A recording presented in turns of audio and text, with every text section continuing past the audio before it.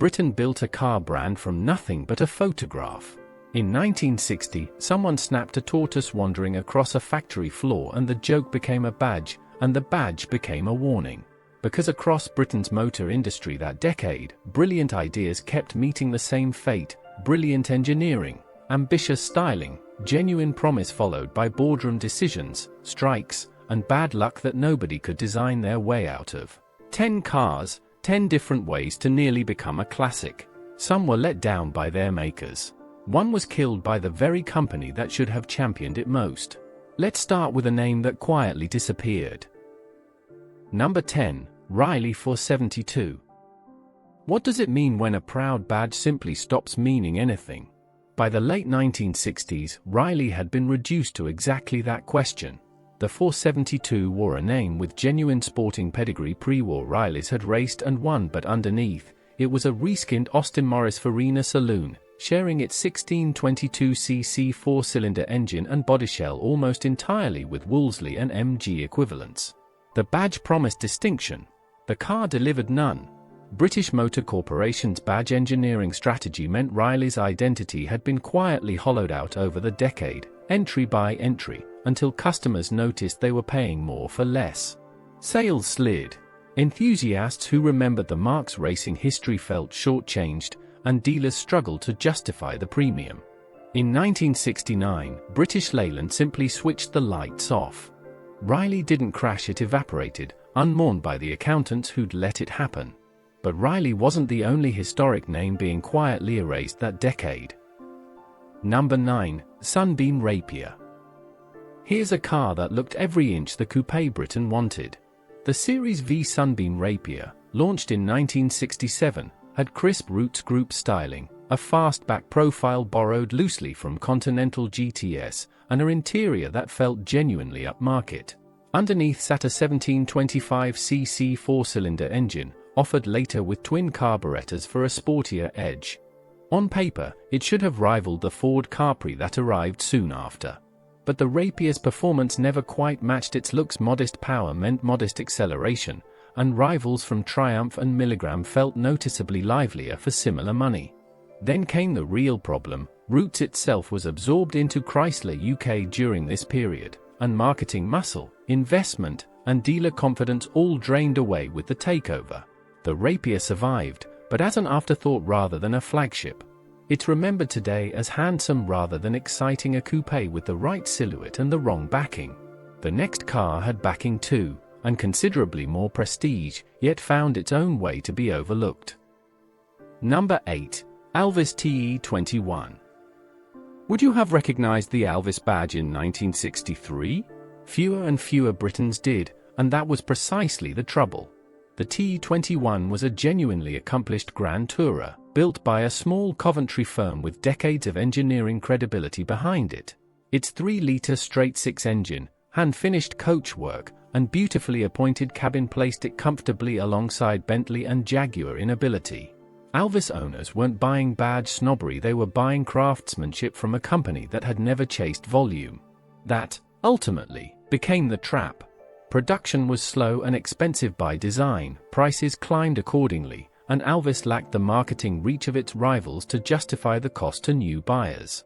Jaguar's E-Type and XJ models offered comparable performance for considerably less money, and Alvis simply couldn't compete on value. By 1967, car production ended entirely, with Alvis retreating into aerospace and military engineering instead. A beautifully built car, undone by a market that no longer had room for expensive rarity. The next entry had the opposite problem: everybody wanted it, almost nobody could get one. Number 7. Humber Sceptre. Some cars fail loudly. The Humber Sceptre failed by simply being ignored. Introduced in 1963 and revised through the decade, the Sceptre was Roots Group's genuine attempt at an executive sports saloon twin-carburetor 1725cc engine, front disc brakes, overdrive gearbox, and a well-trimmed interior that undercut Rover and Triumph rivals on price. Road testers of the era actually rated it highly for its blend of comfort and pace. So why isn't it remembered? Because it was permanently squeezed between badges that had louder reputations. Buyers who wanted sporting credibility looked to Triumph. Buyers who wanted prestige looked to Rover. The Sceptre sat capably in the middle, doing everything well and nothing spectacularly enough to be talked about.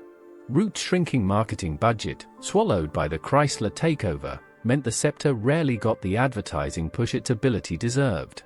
A genuinely good car became a genuinely forgotten one. Our next entry had no trouble getting noticed. The problem was what people noticed it for. Number 6. Jensen C-V8. Picture this, a fiberglass-bodied British Grand Tourer that could out-accelerate an Aston Martin, built by a small West Bromwich firm most people had never heard of.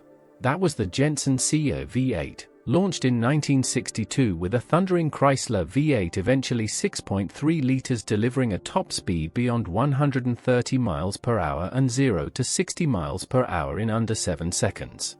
Genuinely formidable performance.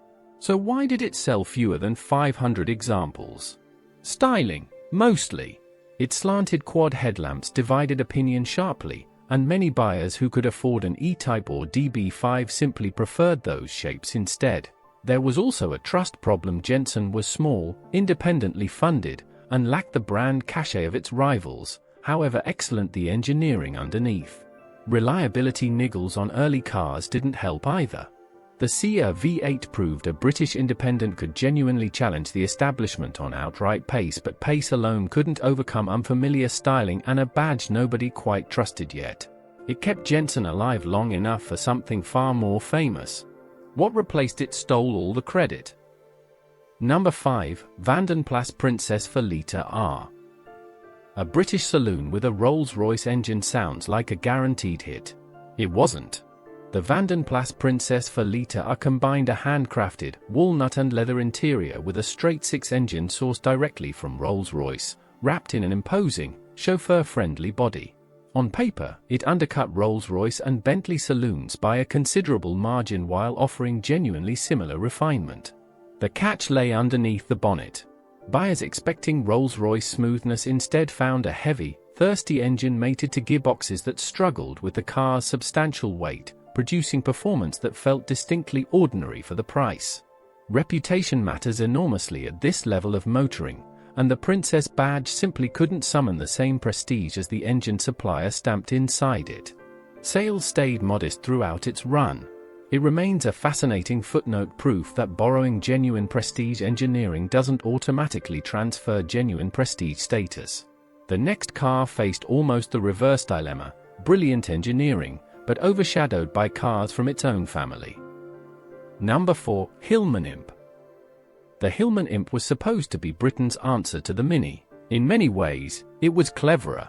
Launched in 1963 with a rear-mounted, die-cast aluminium engine derived from Coventry Climax racing technology, the Imp offered genuine innovation: lightweight, decent performance, and surprisingly agile handling for its class.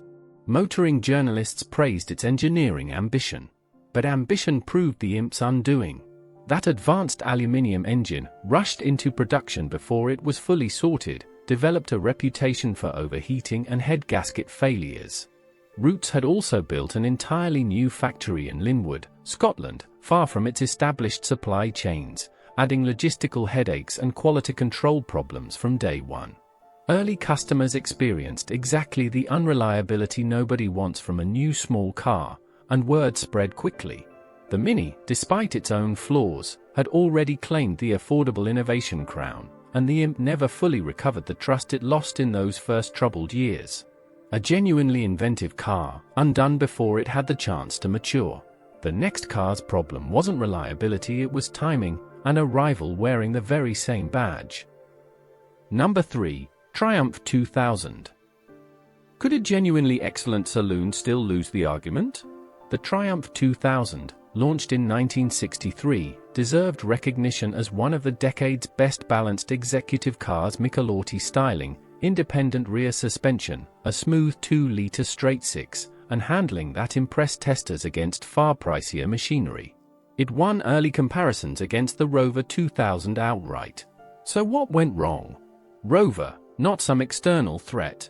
Rover's own 2000 arrived the same year with more radical engineering: a Dion rear axle, unitary safety cell construction, and futuristic styling that captured motoring headlines throughout the decade. Triumph's more conventional approach, however competent, simply looked less newsworthy by comparison. Then, in 1968, both companies were folded into the same corporate parent, British Leyland, forcing two genuinely excellent rivals to compete for the same internal budget and dealer floor space. The 2000 sold respectably, but it never escaped Rover's shadow within its own company. Sometimes the toughest competitor isn't a rival brand, it's the one sharing your boardroom.